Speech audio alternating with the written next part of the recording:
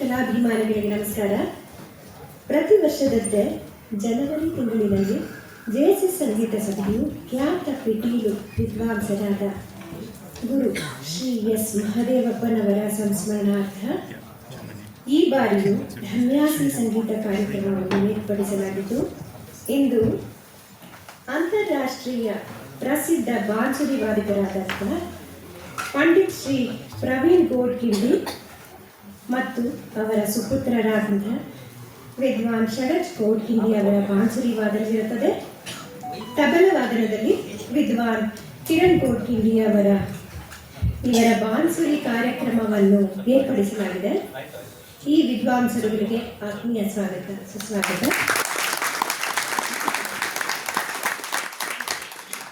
ನಾಡಿನ ಶ್ರೇಷ್ಠ ಪಿಟೀಲು ವಿದ್ವಾಂಸರಾದಂತಹ ಗುರು ಶ್ರೀ ಎಸ್ ಮಹದೇವಪ್ಪನವರು ಅತ್ಯಂತ ಪ್ರಮುಖವಾಗಿ ವೈಲಿನ್ ವಾದನಗಳ ತಂತ್ರಗಳ ಮೇಲೆ ವಿಶೇಷ ಅಧ್ಯಯನ ನಡೆಸಿ ಶಾಸ್ತ್ರೀಯ ಸಂಗೀತದ ಎಲ್ಲ ಸೂಕ್ಷ್ಮ ಅಂಶಗಳನ್ನು ಸಮರ್ಥವಾಗಿ ನುಡಿಸುವಂತೆ ವಿಶೇಷ ಶೈಲಿಯನ್ನು ಆವಿಷ್ಕಾರಗೊಳಿಸಿದ ಕೀರ್ತಿಗೆ ಪಾತ್ರರಾಗಿದ್ದಾರೆ.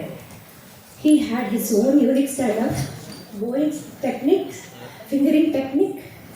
So he had his own system of violin techniques. ಇಂದಿನ ಸಂಗೀತ ಕಾರ್ಯಕ್ರಮ Dhanyasi musical tribute to Mahadevappa sir.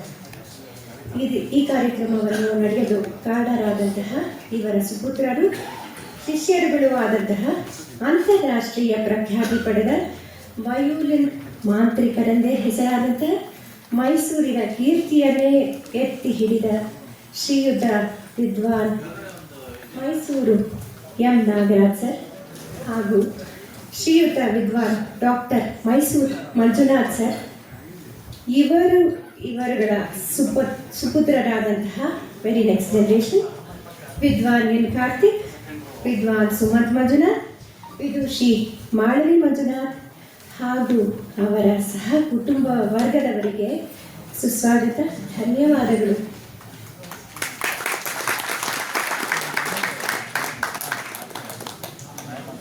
I would like to call upon Dr. Manjunath sir on stage to share his experience with Mahadevappa sir. Namaste.